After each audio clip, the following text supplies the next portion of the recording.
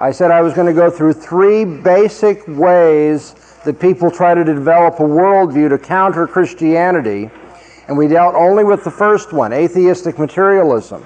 It is our job today to get through Platonic dualism and various religious worldviews as well. I told you that the argument in favor of the Christian worldview is that without it you can't prove anything. You want to know how to prove Christianity? You counter to your opponent. Without the Christian worldview, you can't prove anything. Now that's easy to say, someone might say, but how do you know that? Because without the Christian worldview, there's no basis for induction, scientific inference based on causality. Without the Christian worldview, there's no basis for class concepts and laws of logic by which we would reason deductively. Without the Christian worldview, man does not have a mind by which he investigates options and chooses the truth based on evidence. He has only a brain which is controlled by electrochemical processes. So he can't help but say what he does. That is to say, if the materialist is right, he has no reason for believing that he's right. He just has a brain that forced him to say and think what he does. And finally, without the Christian worldview, there could be no moral absolutes. Even the moral absolute that says you can't cheat in your lab, reports, your statistics, or take out a gun and shoot your opponent to win an argument. Those things cannot be excluded unless you have a basis for moral absolutes. And of course, the atheist has no basis for moral absolutes. The atheist might say, well, if we don't respect one another, if we start shooting each other, then just think how unhappy society will be. To which you can say, if you want to argue this point, yes, society will be unhappy, but so what? Why am I under obligation to work for the happiness of society? So, to make a long story, yesterday's long story, very short here in these first 5 minutes, we have destroyed the atheistic worldview. At the end of yesterday's lecture, I said, however, when you use arguments of this kind with an atheist or materialist, you mustn't expect that they're just going to say, oh, well, I guess, I'm destroyed. That's right. I'll have to become a Christian. Sometimes it happens like that. Usually it doesn't. And so I want you, for the first few minutes here, to think about ways in which people try to avoid the pain of their worldview. These are people who have boarded the plane for Boston, and they think they don't have to go all the way. They want to get off at Chicago. And so now I'm going to tell you how you're going to guard the door here and say, nope, no exit. No one gets out at this point. You got on this plane called human autonomy, being a law to yourself. You're going to go all the way unless you turn to the only option there is, and that's Christ. Okay, so what are some of the little strategies that unbelievers will use? Well, if it's a professor, the strategy most likely will be, well, that's not an important question. If you're studying in an area like literature, sociology, or physics, and you start throwing these philosophical problems at your professor, if you get an opportunity to talk to him after class or in his office or something, most likely your professor is going to say, oh, well, that's too philosophical for me. That's not important. Now, by waving his hand and pronouncing it's not important, does the issue become not important? No, I mean, when I put it to you that way, when someone that's been through this will stick around and say, hey, you can't, blow it off like that, then you can see very clearly, well, that's a silly thing. He can't just say it's not important. But he's going to say that, and I'm not going to be there to hold your hand. I'm not going to be there to say, hey, I've got a PhD in philosophy, don't bamboozle me, Answer the question or admit that you're wrong. You're going to have to do that. Of course, you can't do it in the same way. I mean, I wouldn't do it that way anyway, but you can't do it that way. You're going to have to stick with it, and you're going to have to learn a kind of technique that enables you to be very firm in insisting on an issue without being disrespectful. So if he says it's not important, You're going to say, well, but how could we do science without it? Maybe you're right. You just need to help me here. See this. And he'll say, well, this is crucial, please. We are able to do science without answering that question because we are doing science, and I can't answer your question. And he will think that's profound. He will think that has settled it. And the reason why he will think that is not just a slimy way out, although some of your professors will be slimes and try to get out like that, but he will very sincerely think he's put off that question. It's not important because we are out there doing physics. We are out there studying literature. We don't need to answer these problems in order to do the work in our field. And so now I'm going to complicate what I've been teaching you just a bit by explaining to you that this unbeliever that you've been talking to, and it could be a roommate, a fellow student, or a professor, this unbeliever that you've been talking to is a believer. Yeah, the unbeliever is a believer. And because the unbeliever is a believer, he or she will have a good point, in a sense, when he or she says, well, we don't have to answer that question because we're able to do science, we're able to do sociology, we're able to do art without answering your question. Now I got to go back and explain a few things here, right? The unbeliever is a believer. 3 concepts that we have to get under our belt before we're done today. Believing, justifying, having a belief about a belief, or believes about belief. We're going to talk about these 3 things, and then we're going to come back to the unbeliever being a believer. There's a difference between believing something and being able to justify it. Okay? I believe certain things about health in the human body. But if you were to push real hard, you would find that I don't have enough information that I can justify all the beliefs that I have. In many cases, I'll just fall back on, well, this is what my doctor told me. You understand? There's a difference between my believing something and being able to justify it. Now, if I'm not able to justify it, does that mean that it's not true? No, but I certainly can't be very persuasive if I'm not able to offer a justification. But believing something and being able to justify something are 2 different matters. Now, what if I say, I believe that it's 96 degrees outside? How is that different from my saying, I know that it's 96 degrees outside? Anybody? What's the difference between believing a proposition and knowing a proposition? You know something believes it's true. Well, if I know it, it must be true. So knowledge is a true belief. Knowledge is a true belief. I can believe things that are false, can't I? I could believe right now that I'm in Bend, Oregon, and that would be false. So knowledge must be a true belief. But now, is that enough? Is every true belief a case of knowledge? How about this? I believe that the winning lottery number tonight will be 68093. We hang around, we watch the TV, the lottery number comes up, and I've won the lottery. That was the number. And I say, I mean, this is common English parlance, but it is not good philosophical analysis. I say, I knew that that would be the number. Did I know it? No. Did I believe it? Well, I believed it enough to buy the ticket. So, yeah, we'd say I believed it. Was it true?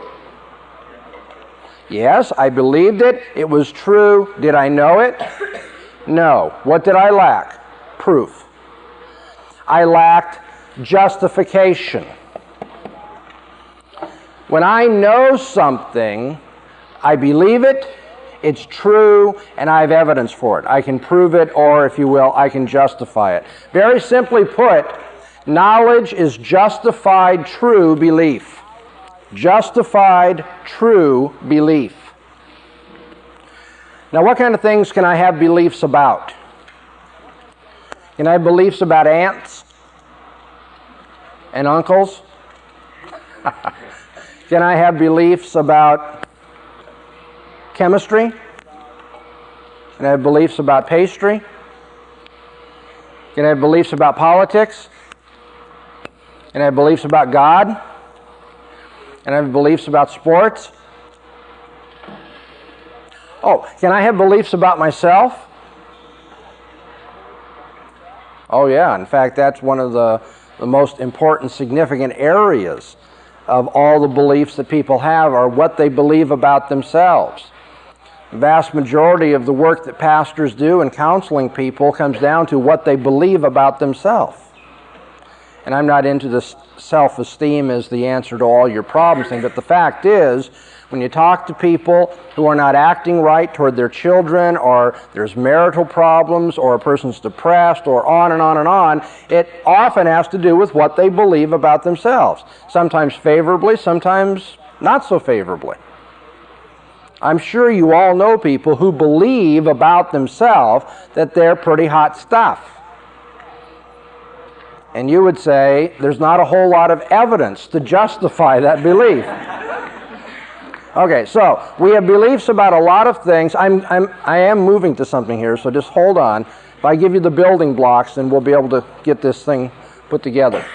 People have beliefs about themselves, and they have beliefs about what they believe. Imagine that someone's doing a survey out on the street. You walk out of the department store and they come up to you. Do you believe that Clinton should be the next president of the United States? Now, you might not have to struggle with that, but let me just play this out, as an intellect, just so you see what the concept is here. Person comes up and says, do you believe such and such and such and such? Now, you're going to, I'll do this in slow motion for those of you who think it's trickery, you are going to stop and say, what beliefs are in the filing cabinet up here? I have to open the drawer on politics and look inside. And then you do that, and you don't find any belief that Bill Clinton should be the next president of the United States, and then you report to the person, no, I don't believe it. Now, in that little farcical scenario, what you did is you consulted yourself about what you think you believe. And you report, I don't believe he should be the next president of the United States, or that he should, if you're mentally ill. I mean, you report your belief as you understand your beliefs, right? Now, the reason why this is going to seem really philosophical and weird is because, for the most part, we don't think we have any problem identifying our beliefs. That is to say, we tend to think we are infallible about what we believe. Not that our beliefs are infallible. Please don't wander off that direction. I said we are infallible about what we believe. That is, I can't make mistakes about myself. We operate on that assumption. Most people would, be a little put out if you suggested that there was a question that they know themselves that well. But on the other hand, once we get away from the initial impression that we are infallible about ourselves, I'll bet you can identify a lot of things you're not so sure about whether you believe. Let's say I work for somebody at IBM in an office, and this person makes a real point about racial equality. Let's say this person is going on and on about how all races are equal and discrimination is horrible, etc., etc. And this person, being the office manager, goes out of his way or her way to make sure that people of other ethnic and racial backgrounds get promoted and so forth and so on. Now, if you were to go up to that person and say, do you believe that people of all races are equal in dignity? That person would almost certainly say, yes, I do. And if you were to say, well, are you sure you believe that? He'd probably get insulted and say, well, of course, I know my beliefs better than anybody else. Yes, I believe in racial equality. All of that seems very plain and easy. But now let me complicate the story. You also are a fairly good friend of the office manager, and after work, you go out drinking together. And so you've got a lot of not only spare time that you've spent with this guy, but it's pretty loose time too. And you notice that when your friend gets a couple of good shots in him, and he starts telling jokes, he doesn't hesitate to tell jokes that involve racial slurs. And demeaning remarks come out of his mouth when he sees people of other races enter the bar and so forth. Now, does your friend believe in racial equality? The first thing that comes to our mind if we hear a story this dramatic, the first thing that comes to our mind is to say, I'm dealing with a hypocrite. I'm dealing with somebody who's putting on a real good show at work, but then after work in the bar, his real feelings come out. And that is a possibility. Well, it's not just a possibility, I mean, that happens. So that could be one explanation, but it's not the only explanation. I'm going to give you a parallel story to make it a little bit easier for you to get into this. Imagine you had a mother. She's a single mother. The husband has died.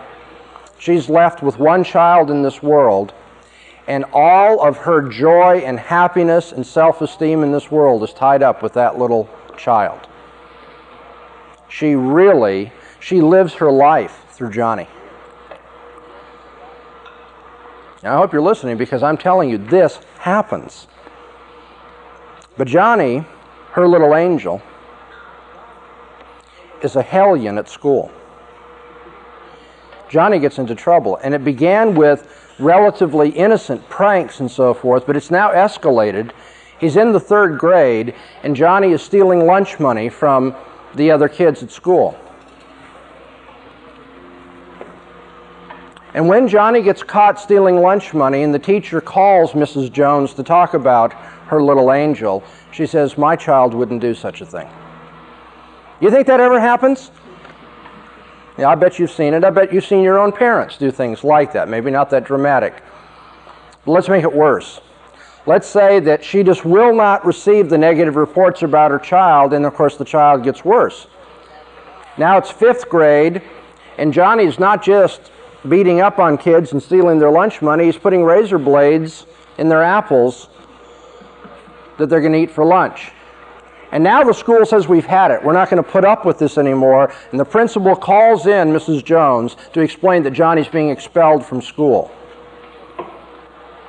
And she puts up a fuss like you wouldn't believe, defending her son. Her son has been framed. They've had it in for Johnny for 2 years since they started telling these lies about him stealing lunch money. And on she goes doing this sort of thing. Next time Johnny gets into trouble, she transfers school districts. She's not going to put up with this persecution of her child anymore. And you know one more thing. That is, as much as she praises her little Johnny for being an angel and defends him against all this persecution and false accusation, she'll never let her son be alone with her purse in another room.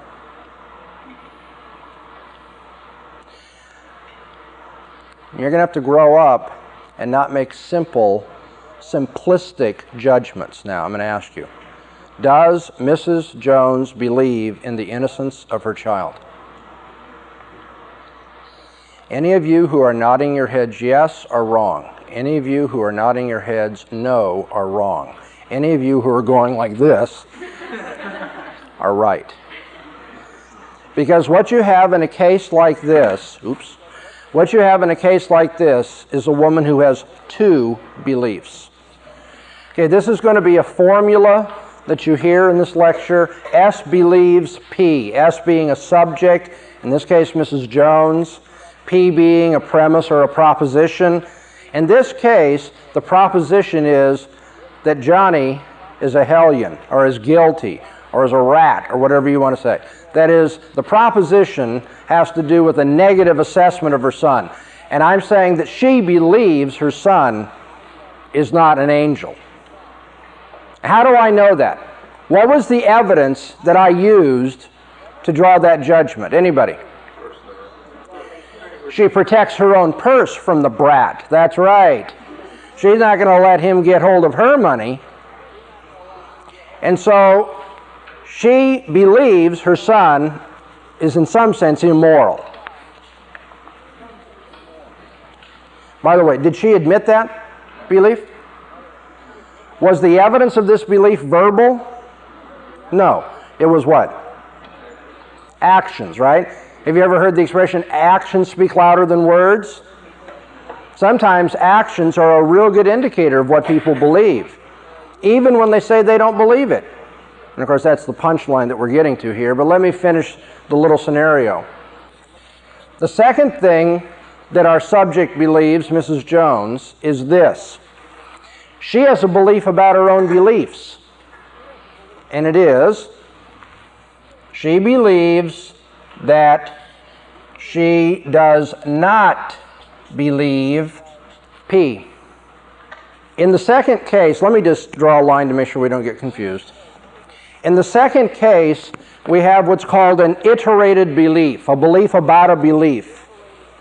So you're at a higher level now. It's not just the ordinary beliefs about sports and Johnny and all the rest that she may have, but now we're stepping back and she's looking at herself, in a sense, opening the file drawer. What are the beliefs that I find in there? And she believes that she does not believe that Johnny is a rat.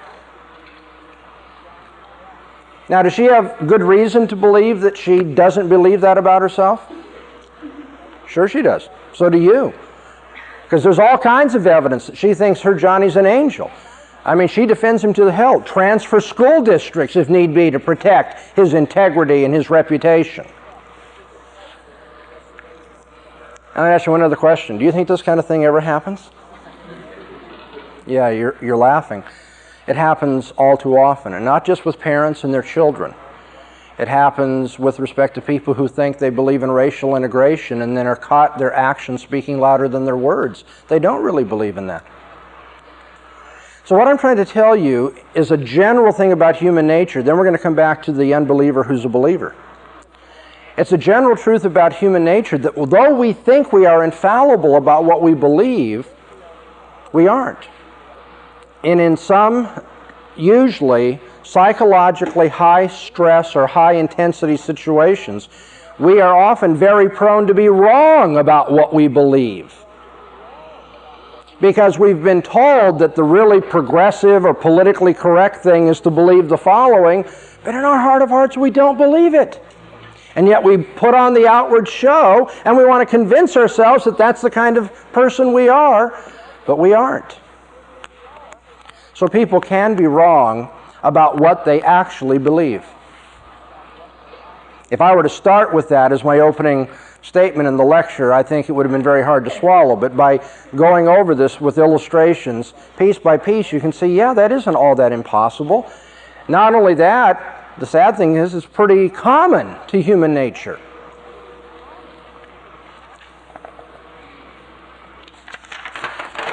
All right, we go back to our atheist professor. Atheist professor of, let's choose a field that's really high on the academic totem pole, psychology. If you think I was insulting the lawyers yesterday, you didn't hear anything about psychologists, okay? But let's say you got a psychological expert. It's almost like military intelligence, right? Contradiction in terms. A psychological expert. And he's an atheist. Okay, so you've been giving him these questions that I've taught you to ask, and he gets frustrated. He can't answer them. He goes, look, I don't know why nature is uniform. I'm not even sure I can justify that belief, but I don't need to. And why didn't he need to? What was the cop-out that I suggested? Because we're doing it. We're doing psychological science. We got to change that. We're doing physical science. We're doing chemistry, and I can't answer your question. So you're wrong. You don't have to know why nature is uniform in order to do chemistry. Okay, the better students here are remembering the distinction that we started out with. Believes and justifies. Now, do I act only on those things that I can justify, or do I act on my beliefs? Imagine a child jumping up out of bed with the thunder and crawling under the bed, and you come in and ask, why he or she did this, and the answer is something about that goes boom in the night, and there are terrible things out there in the dark. Can the child justify that belief? Did the child hesitate to act on that belief? No. And most people don't. Most people don't say, I'm going to wait until I can be absolutely sure of everything and then I'll start acting. We act on our beliefs. So when your atheist physics prof tells you, I've been acting on the belief that nature is uniform, therefore I don't need to justify it, is he making sense? No, in fact, that's a red herring in logic. I mean, he's answering a different question altogether. It has nothing to do with what we're talking about.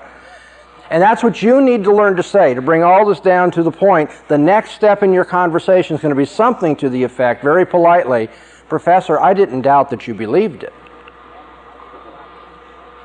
I asked, how do you justify it?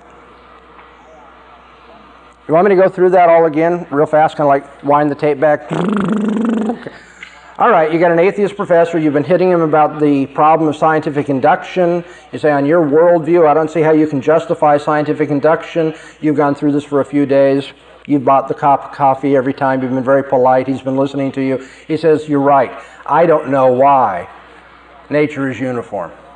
And then you say, okay, well, then I expect you're ready to become a Christian, right? He goes, no, but I don't think it's an important question either. Who cares? Whoa, how can you say you don't care? That's a really crucial philosophical problem, because I don't care because we're out there doing physics even though I don't have an answer to that problem.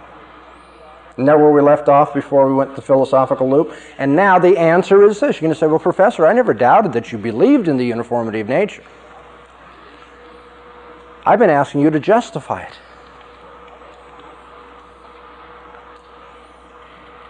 When an unbeliever cannot justify his beliefs, he's being arbitrary. And what are the two major sins from an intellectual standpoint? Arbitrariness and inconsistency.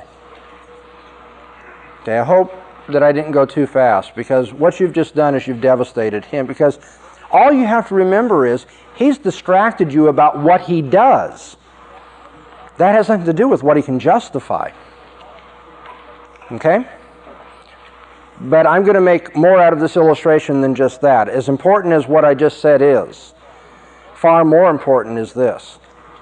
You need to drive home to your roommate or your professor's heart, not just that he believes something that he can't justify, but that he believes it because the Bible says he believes in God.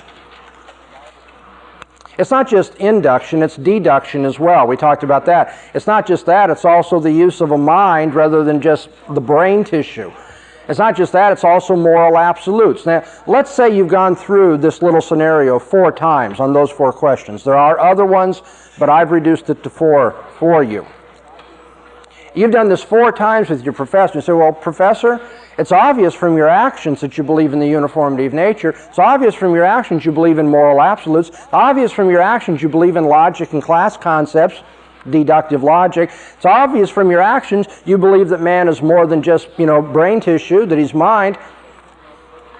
How are we going to account for all these things you do? And you open the Bible to Romans 1, for instance. Say, well, here's what the Bible says about why you are acting this way. That you know the truth and you are suppressing it in unrighteousness. Again, I'm not suggesting that you always have to quote that particular verse or even necessarily quote a verse at that point. Let's just take it at that level, though. And whatever way you get that out to him, you think he's going to like that? Because what you have now said about him is something disreputable. But you shouldn't back down. Because that's what apologetics is all about, showing the disreputable reasoning process of an unbeliever. Do you think preachers Well, I shouldn't say do they, because as a sad fact they do. Do you think preachers ought to stop saying disreputable things about people that they might come to the gospel? No, do you think people will come to the gospel unless they understand some disreputable things about themselves? Of course they won't. They've got to understand that they are in rebellion against God. A man who thinks he's healthy doesn't look for a physician.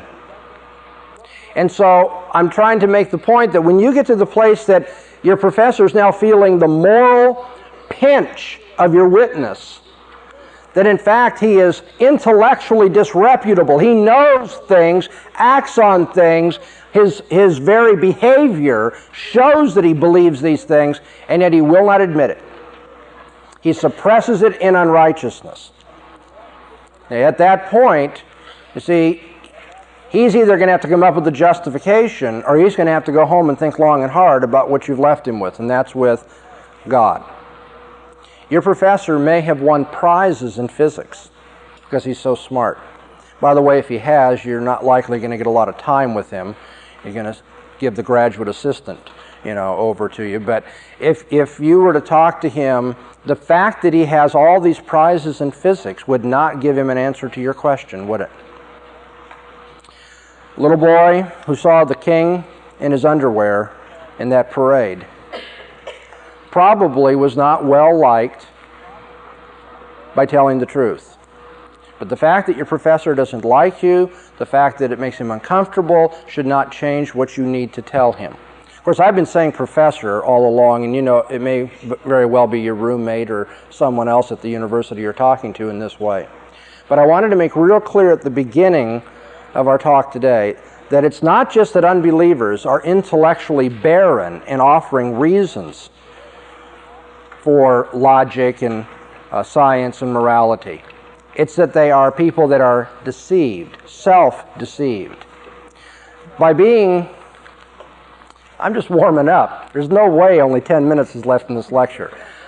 I believe that there's 10 minutes left in this lecture, and I believe of myself that I do not believe that, and so I'm going to keep talking. You're going to turn off the microphone, I know. Okay, so self-deception is crucial to understanding Christian apologetics. When you're dealing with somebody who is deceived, and is deceived because he or she is doing the deceiving, you mustn't have the idea that it's going to be this simple little thing that if I go through the philosophical puzzles, then the computer's going to have to admit that it's wrong. Well, if you're dealing with a computer, maybe it'd be that simple, but you're dealing with a person who's running away from God. Now, I want to tell you how badly some people want to run away from God. Some people will actually give up their intellect rather than admit that they've been rebelling against God. It's not the sort of thing you ordinarily see. After all, most people are not pressed to see that they couldn't be reasonable if they didn't have a Christian worldview. But from time to time, there are unbelievers, whether they've had Christians witness to them or not, time to time you'll find there are unbelievers who come up against the implications of unbelief. And they finally have to swallow and just say, okay, that's it. I'll be irrational. I'm going to give you a good illustration. In the field of literary criticism today, the reigning school of thought is deconstructionism. Just out of curiosity, no embarrassment, how many of you know what deconstructionist literary criticism is? Okay. Let me say just a little bit about that. This little model from Jacques Derrida might capture it nicely for initial introduction. Derrida says, every reading is a misreading. Every reading of a text is a misreading of the text. And the reason he says that is, it is impossible in any objective way to ever get back to the original intent of an author.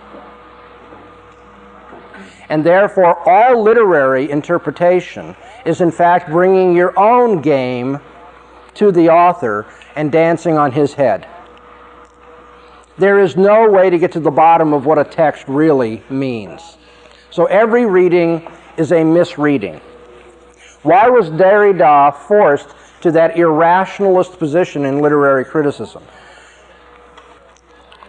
Because as Jacques Derrida thought more and more about literary interpretation, what's involved in an analysis of what another person has to say, he had to face the fact that there are unchanging absolutes if he believes in literary interpretation. But on his existentialist worldview, there are no absolutes. And it's not just there are no moral absolutes, there can't be unchanging absolutes in language either, or in human nature either, or in historical criticism either. And so if you can't do the historical background, if you can't be sure of the meaning of the terms, and if you don't know human nature to be absolutely constant, then how can you be sure what this author is saying?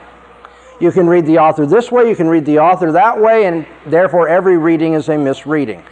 Now, the only reason I bring up deconstruction is that as far as I can see, the deconstructionists were not driven to this conclusion because there was some good presuppositional apologist that lived next door to them who was really putting the heat on them. They weren't being pressed. Well, but they were, of course, in one sense.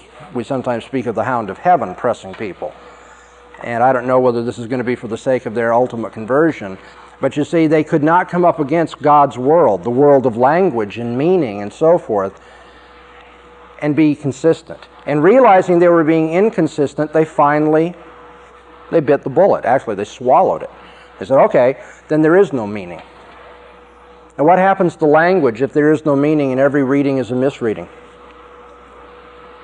Language is a subjective tool and no longer is what we usually call language. What I'm getting at is sometimes people will give up their rationality rather than to give in to the Lord Jesus Christ and to the revelation of God that's all around them. And you will find people that when you talk to them and you push them about their rationality, their science, their moral absolutes, and they cannot give a justification, rather than give in to the only viable option, they'll say, okay, I'll take the plane to Boston. If what you're saying is, my unbelief drives me to irrationality, then to irrationality I will go. Okay? I'm talking to the Hare Krishna in the airport. They don't do that as often as they used to, but we still get that opportunity. And Hare Krishna tells me that, my problem in life is that I'm on this wheel of life, and I'm thinking in terms of distinctions. I have this Western mentality, and I'm being oppressed by that, and I need to realize all is one, and there are no distinctions, and if I don't get that enlightenment, I'll never, get off the wheel of life and finally get to nirvana. And I say, tell me a bit about nirvana. I'd like to go there, maybe. Well, in nirvana, remember the quotation from the Bhagavad Gita I gave you? That's where the drop of water falls into the shoreless ocean. Okay, all is one. There are no distinctions in nirvana. And because we haven't arrived in nirvana, we are now living in the realm of Maya, the realm of illusion. The illusion that you are different from me, that your wallet is different from that the trees and the oceans and all that are separate beings and so forth. Don't you realize we are one with nature, and nature is one with us, and actually there are no distinctions at all. And there's no distinction between good and evil ultimately either. So this is what the person has been telling me in the airport as I'm waiting for my airplane. And I say, okay, now, you have to kind of use the Columbo routine here. So just one more question, one thing I haven't figured out here. Now you say that the problem with me right now is I haven't arrived at nirvana because I still believe in distinctions, like between your wallet and my wallet, and the airplane and me, and the trees and the ocean and all that. Because I still think in terms of distinctions instead of monism. That's why I haven't been enlightened enough to finally get to nirvana, right? Yeah, that's right. You've been listening well. Okay, so then I'm not in nirvana now? I'm going to make real sure of that. Oh, no, you're not in nirvana now. You're in real sad shape. You're heading for aardvarkness when you come back. Okay. So on your worldview, if I understand you correctly, there are no distinctions. Ultimately, there are no distinctions. Right? Right. Well, then there can't be any distinction between where I am and nirvana either, can there? So that on your worldview, I don't need to do the yoga, I don't need the meditation, I don't need to worry about the wheel of life because I'm already in nirvana. Now what have I just done to the Hare Krishna? Well, I've turned him into a pretzel intellectually, but I've done this because his worldview is contradictory. Now, you may think, well, Dr. Bahnsen, you've done that, a few times. You know how to talk to people and so forth. You probably see a lot of Hare Krishnas and say, okay, well, then I got to look for a different religion, right? Sometimes, praise God, by His grace, the testimony is used, but not always. And here's the important thing. Often, a person who's trained in Eastern philosophy will say, oh, there you go with your Western logic. It's true. I've caught him in a contradiction, and his way of squeezing out is by saying, logic's not important. And so you Westerner, you begging the question Christian, you use logic on me like a trick, but I know better than that, because we've been taught that all is one, and logic is misleading. Now there's a case of a person, when you have done an internal critique of their worldview, ends up saying, I'll give up rationality rather than admit that I'm wrong. Well, I'm not done. Just a little PS, then we're going to take a break. And so I say to the Hare Krishna, I've really got to get to my plane, but I just want to... So what you're saying is you reject logic, is that right? He says, yeah, I reject logic. That's Western. I have an Eastern mindset. I have two responses for him. If I have time before the plane comes, I'll give him both. But here's one of the two responses. You reject logic? Well, then you don't. Catch you later. Meditate on that one. Do you know what I'm getting at? Man who says, I reject logic, has no right to demand logical consistency. And so if he rejects logic, it is not the case that he rejects logic. The minute he rejects logic, he can't argue with me anymore. That means I can say anything I want. And I can say he doesn't reject logic. So if you do, you don't. Okay, I want you, to chuckle and to catch that. But obviously when you're witnessing to the person, you don't want him to just think that's a little joke. I'm telling him this seriously. You can't escape the demands of logic because you can't escape living in God's universe and being God's child. You're going to have to answer to your Father someday. Okay, that's one response. If you reject logic, then you don't. The other response is kind of more sociological and very simple, and that is when he says he rejects logic, I can in essence say, well, then please speak up in the microphone and let everybody know that. I want everyone to know. I mean, if you're not going to be converted, if you're not going to bend the knee here, then at least I want you to testify to the goodness and the truth of God by telling the world that the only way you could avoid becoming a Christian is by rejecting logic. What did Peter tell me my obligation is? To give a reasoned answer to any man who asks me for a reason of the hope that is in me. And so all I am saying to this person is, if you're going to be reasonable, you're asking a reason for why I'm a Christian, if you're going to be reasonable, if you're going to be logical, you have to be a Christian. And so when I get the Hare Krishna to say, well, in a sense that's true, I guess, because if you become a Hare Krishna, you've got to sacrifice logic, I'll take that much from him as well.